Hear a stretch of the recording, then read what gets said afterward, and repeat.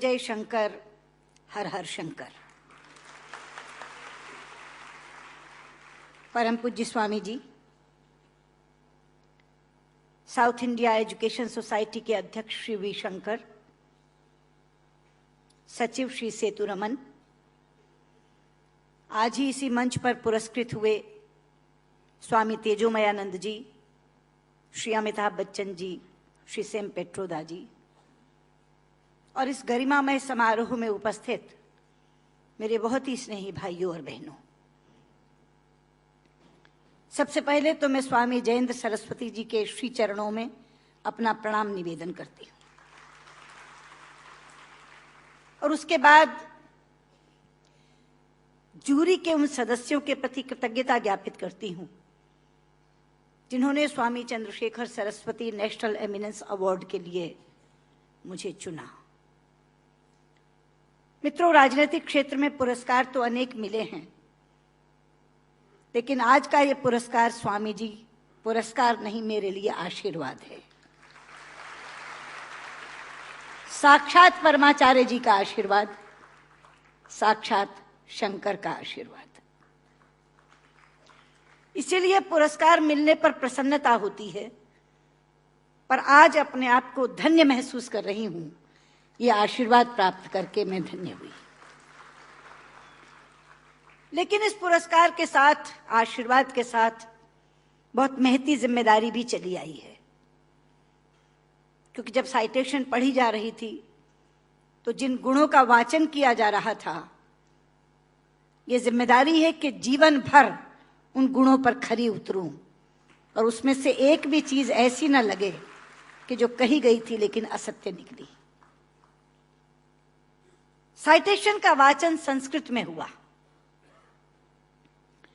शंकर जी, संस्कृत के प्रति आपकी निष्ठा और अनुराग देखकर मेरा मन बहुत प्रफुल्लित हुआ है,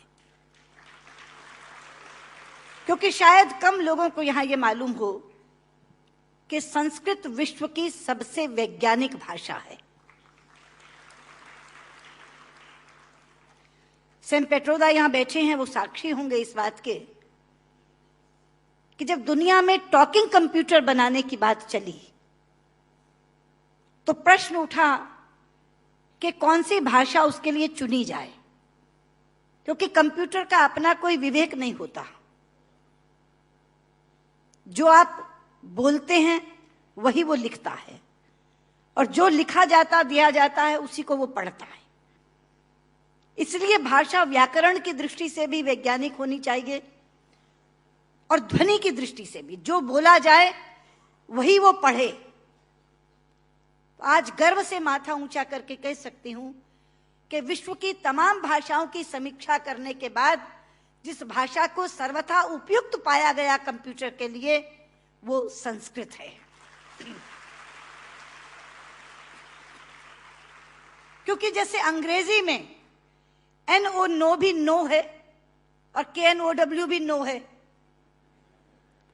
अब अगर आप कंप्यूटर को बोलें आई नो दिस, तो लिखेगा INO नो दिस, कोई अर्थ ही नहीं निकलेगा उसका। कहीं T साइलेंट हो जाता है तो कहीं E साइलेंट हो जाता है। बोलते हैं, लिखते हैं एंटरप्रेन्योर, बोलते हैं एंटरप्रेन्योर। वो विवेकहीन कंप्यूटर कैसे देखेगा इसको? लेकिन संस्कृत में जो बोला जाता है वही लिखा जाता है। यहां तक कि छोटी ई और छोटे ऊ की मात्रा की ध्वनियां भी अलग है। इति, यदि आपने छोटा बोला तो इति, लेकिन दही, बड़ी की मात्रा बोला तो दही। तो जो बोलेंगे वो लिखेगा, जो लिखेगा वही पढ़ेगा। लेकिन केवल ध्वनि की बात नहीं, मैं संस्कृत की वैज्ञानिकता के 2 उदाहरण आपको देना चाहूंगी। संस्कृत में शब्दों का इतना अपार भंडार है मित्रों कि रचनाकार अपने व्यक्तित्व के अनुसार उसको चुन सकता है। एक प्रसंग है रामायण का कि जिस समय भगवान श्री राम लंकेश पर विजय प्राप्त करने के लिए लंका जाते हैं तो भगवान शंकर की आराधना करते हैं। वो स्तुति जिसमें करते हैं वो रामचरितमानस में रुद्राष्टकम के नाम से समाविष्ट किया गया है। रुद्राष्टकम के शब्द हैं, नमामि शमीशान निर्वाण रूपम विभुम व्यापकम ब्रह्म वेद स्वरूपम निजम निर्गुणम निर्विकल्पम निरीहम चिदाकाशमाकाशवासम भजे। लेकिन उसी समय श्री राम पर विजय प्राप्त करने के लिए रावण ने भी आराधना की थी, स्तुति की थी, और उसने अपना स्तोत्र स्वयं रचा था, जो शिव तांडव स्तोत्र के नाम से प्रसिद्ध है। शब्द हैं, डमट डमट डमट डमन निनाद वट डमर वयम चकार चंड तांडवम तनो तुरे शिव शिवम धगत धगत धगत जवल ललाट पट्ट पावके किशोर चंद्रशेखरे रति प्रतिक्षणम मम धराधरेन्द्र नंदिनी विलास बंधु बंधुरा स्फुर दिगंत संतति प्रमोद मान मानसे।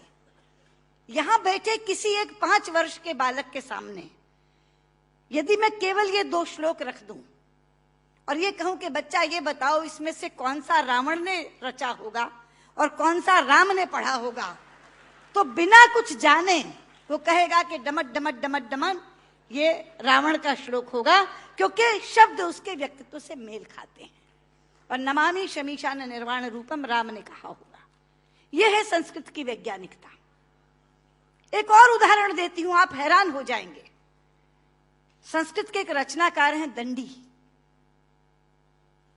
उनका एक नाटक है 10 कुमार चरितम, जिसमें 10 राजकुमारों की कथा है अलग अलग। उसमें एक कथा आती है राजकुमार विश्रुत की।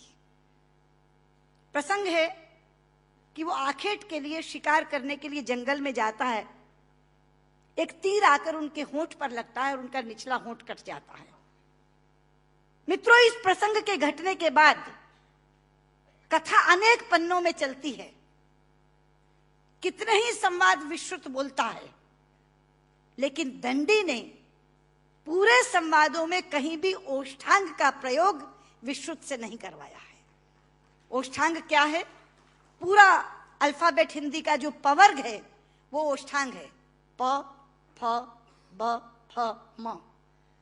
प फ ब फ म दोनों होंठ मिलाकर बोले जा सकते हैं। अगर दोनों होंठ में से एक होंठ नहीं है तो आप प नहीं बोल सकते, ब नहीं बोल सकते, भ नहीं बोल सकते, म नहीं बोल सकते। ये पवर्ग ओष्ठांग है। तो अगर उसका एक होंठ कट गया तो उसने पवर्ग का उच्चारण कैसे किया, ये कोई भी प्रश्न कर सकता था रचनाकार से। इसलिए अनेक संवादों में कहीं भी ओष्ठांग का प्रयोग नहीं है। यह है संस्कृत की वैज्ञानिकता। लेकिन लोग आजकल कहते हैं कि संस्कृत तो बोलचाल की भाषा नहीं बन सकती, संस्कृत कभी जनभाषा नहीं रही।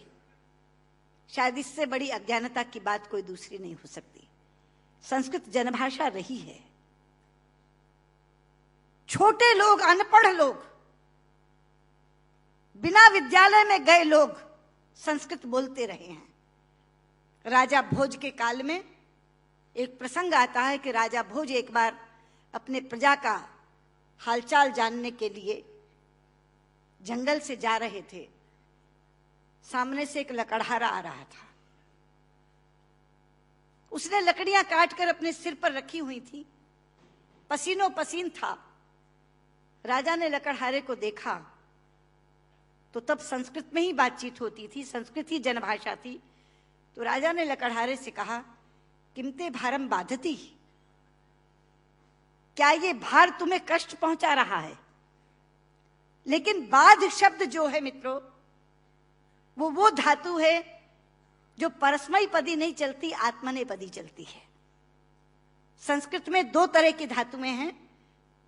परस्मयी पदी चलती है बाधती, बाधता, बाधंती, और आत्मनेपदी चलती है बाधते, बाधेते, बाधनते।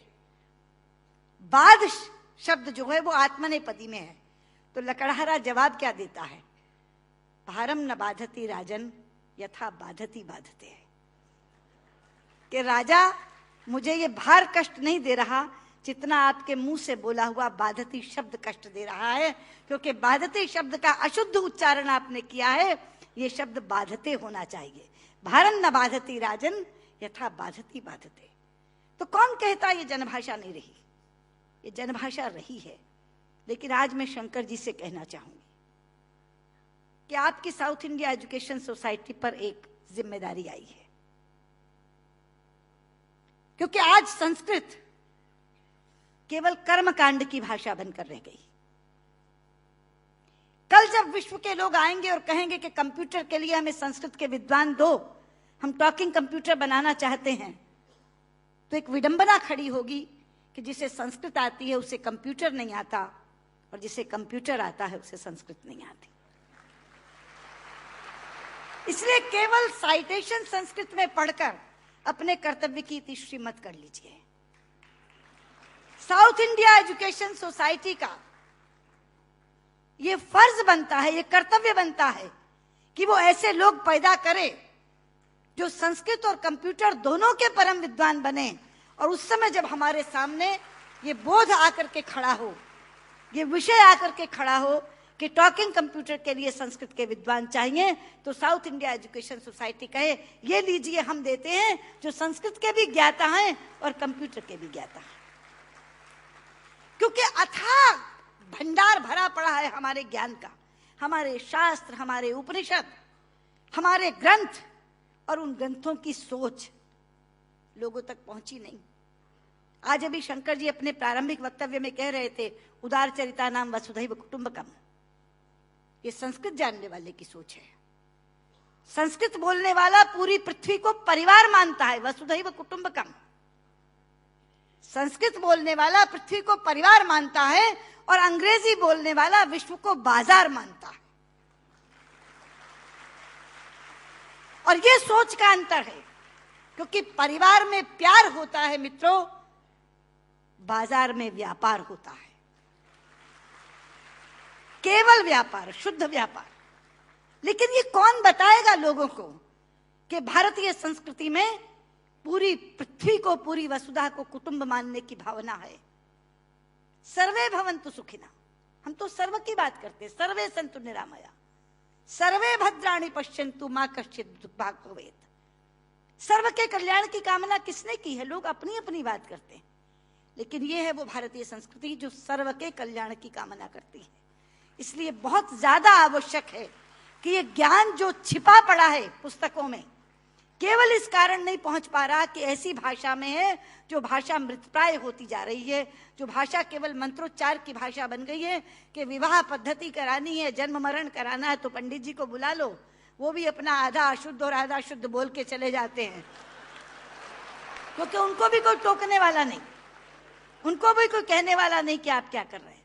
इसलिए साउथ इंडिया एजुकेशन सोसाइटी पर यह जिम्मेदारी आई है, आप इस काम को करें। और मैंने अभी जब आप बैठे थे तो मैंने आपसे कहा था कि जो 2.5 लाख का पुरस्कार आपने मुझे दिया है, मैं आपको वापस करती हूँ। आप इसी पुण्य कार्य में आप उसका इस्तेमाल करें, और ये काम आप जरूर करेंगे। मुझे लगता है तभी मेरा यहाँ आना सार्थक होगा। बहुत बहुत धन्यवाद।